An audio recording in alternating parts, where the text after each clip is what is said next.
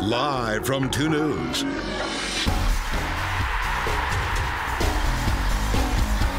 This is Talkin' Real, powered by Strong Auto Group.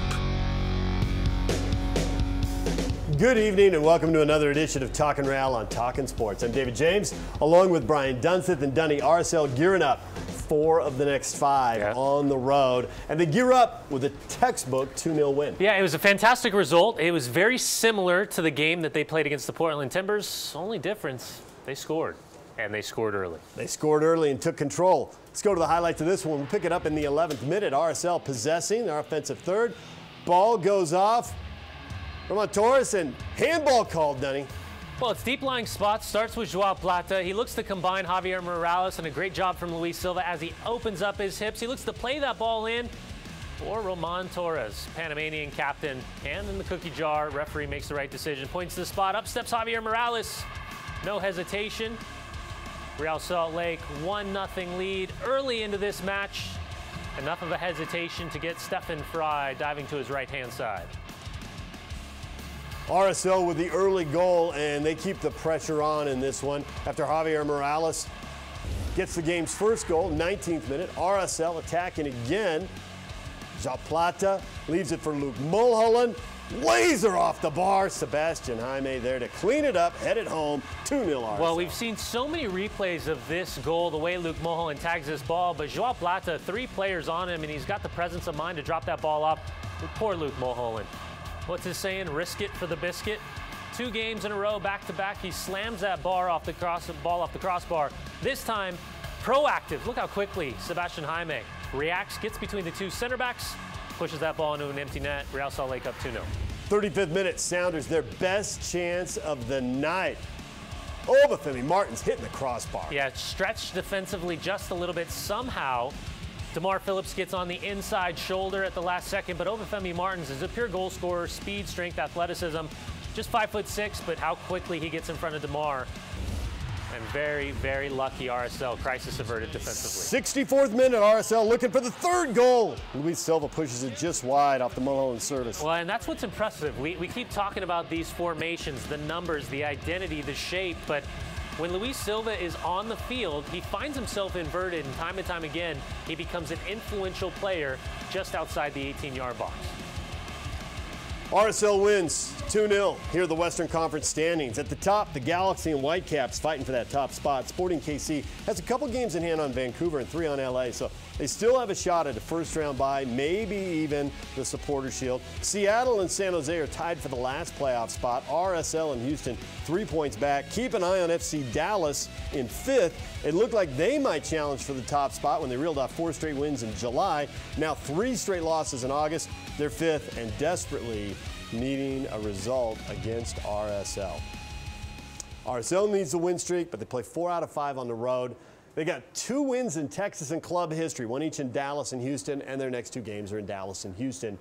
How much hope should RSL fans have it going forward? Should they even worry about the big picture at this point? Big picture, absolutely, because playoffs are on the line. Short term, I think when you're talking about where this team is at, we're finally healthy.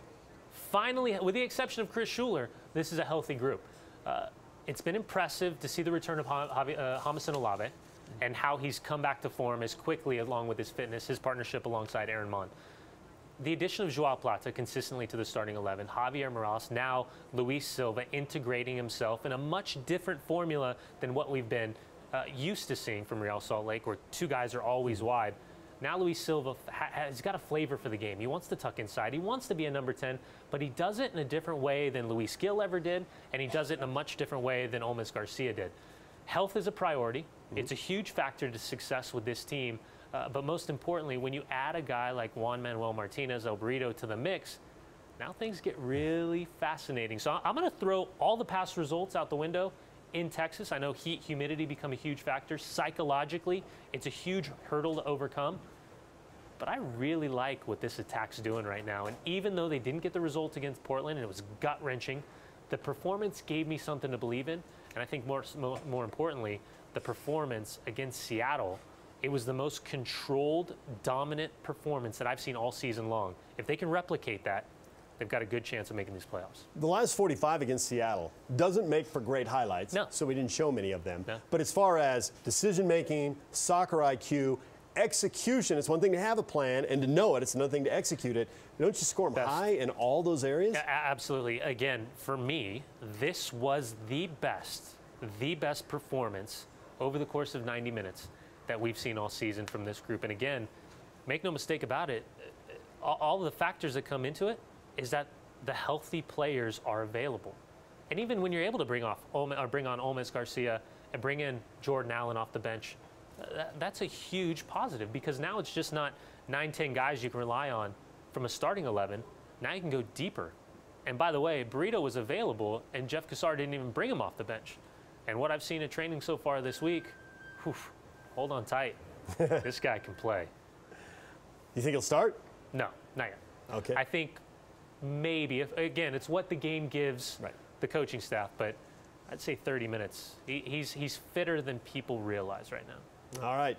Craig Weibel was the technical director for RSL. He has been promoted to general manager. He joined us a short time ago, and I asked him, how does that change his life? I worked very closely with Bill and in terms of soccer decisions, and now those soccer decisions mainly come back to me. I'll be surrounded with some very good counterparts with Elliot Fall and Rob Zarkos. We'll be looking to grow and expand, and I'll be in charge of bringing in the soccer brains that we continue to bring in to build. I'm looking at the release here, and it says data analytics to increase engaged performance metrics. Yes. Big step. Is this basically coming back what we've heard about the Jazz, maybe what people saw out of Moneyball? Is this soccer, which isn't really a one-on-one sport, certainly not in the way baseball is. Basketball probably falls in the middle ground. But are you finding a way to use analytics to gauge performance across leagues around the world and figure out who's best for you? Absolutely. Not only figuring out who's the best fit for us, but game-to-game analysis for us is something we need to focus on, becoming a little more efficient. A little more descriptive, and really being sharp in our analytics in terms of what we're looking at, where are we successful, can we break it down even farther than what we're seeing with the naked eye. You know, we need to continue to grow. It's one of the hot topics in sports is, can you get ahead of the game, and this is one of the ways you can. Right. So when you say get ahead of the game, how many people in MLS are ahead of you in the use of analytics? Where do you fall on the spectrum inside the 20-team league? I have not been able to contact every single team, but I would tell you there's a handful of teams that I know of that are a step or two ahead of us right now as we sit today. We'll be growing rapidly. We'll be growing with I'll say a little bit of venom. We'll be going after the right people and bringing them in and getting them in the positions to grow quickly but efficiently. You know, the worst thing we can do right now is grow just to grow and make mistakes along the way. We need to be extremely well thought out, well planned, and very efficient in the way we go about hiring. Are you going to change the way you've used Real Monarchs? And, you know, this is the first year with the Monarchs, so, and maybe it's just been people force-fed through the system because of the injuries and the call-ups and what you need for the roster. But we've seen the kids who come out of the academy kind of jump all the way to RSL, into the 18, into the 11 in some cases. As you look forward over the next few years, do you see that slowing down? Do you see more of a progression there? Or guys with talent can skip through like that? Yeah, it's a great question. I mean, if I were to draw out a 3 to 5 year plan, I don't think there'll be nearly as much skipping through. You know, there's no need. We're well invested into the Monarchs, and that's rapidly growing and evolving as we go. As year one, as you pointed out, the rules have already changed on how we can use those players and call them up and loan down. So we'll be restructuring a little bit this offseason, but in terms of making a clean jump from youth academy into first team, it really shouldn't even be necessary, because we can now use our youth academy players in our Real Monarchs games regardless. So I think we're in a really good spot in terms of growth over the next 3 to 5 years to have kids signing contracts that already have professional experience. Target allocation money. It's a new rule. It's a new thing. Is it going to change going forward? You know, instead of using it once every 5 years, will it change where you use it once every 3 or every year? How do you see that moving? That's the crystal ball. You don't know. You know, I don't know. I'm not in those meetings. Those are held mostly in New York and mostly at the highest level in terms of the decision making within our league. I do believe that the owners and the league and certainly the clubs are committed to improving, and in order to continue to improve, there's probably going to be some added TAM money annually, but those decisions aren't mine to make. I would take every dollar they give me to build my team. In the current season here, you have 2 competitions going. It looks like you're in pretty good shape in the Champions League. It's obviously there's a lot of work to be done in MLS. How do you prioritize those 2? Is one more important than the other? Because there is more work to be done to make the playoffs in MLS. Do you prioritize that over Champions League, even though you're in great shape in Champions League? How does that work? We're in great shape in Champions League to a certain end. You know, every game is nearly a result-oriented game. We backed ourselves into that corner. So in terms of prioritizing, we're prioritizing game to game. And realistically, we don't have the luxury of looking at a game as a one-off or we can send out a weaker squad, a stronger squad. It'll really be management of bodies, management of recovery. That's what will drive the decisions going into these last 11 games. All right. I could talk to you for about an hour and a half, but this show is not that long. Look forward to having you on again. General Manager Craig Weibel, newly promoted, joining us here. Right now, let's over to Dunny, and we'll go to work on the telestrator. Dunny? Well, on a few different occasions, we've seen FC Dallas at the top of the Western Conference and then put together a string of losses that's pushed them down the 4 or 5 spot. Everyone wants to talk about Blas Perez, Fabian Castillo, but there's a couple other players I think you want to pay attention to, especially at this point in the season. When you take a look at the midfield, it's a couple of young guys. You got Barrios on the right-hand side, that man, Kellen Acosta. And when the ball's played in, the one thing that Oscar Pareja and FC Dallas really pride themselves on is when the entrant pass is played, what does the secondary run look like? And can you reward that second ball after the entrance ball? Also in wide spots, when the ball gets down the right-hand side, can you collapse with numbers inside the box? And it's not just the first ball, but the second ball. Can you be proactive in your movement, knowing that defensively, teams are going to be looking to be reactive? And with Fabian Castillo, Blas Perez in the circle, you always got to be aware. But also about Ulloa, what about Kellen Acosta? The under-20, the way he pops up in dangerous spots. He's played a majority of his minutes so far in Major League Soccer at left back, but now with Ulloa centrally, very, very dynamic and always a dangerous option. So what does the starting 11 look like?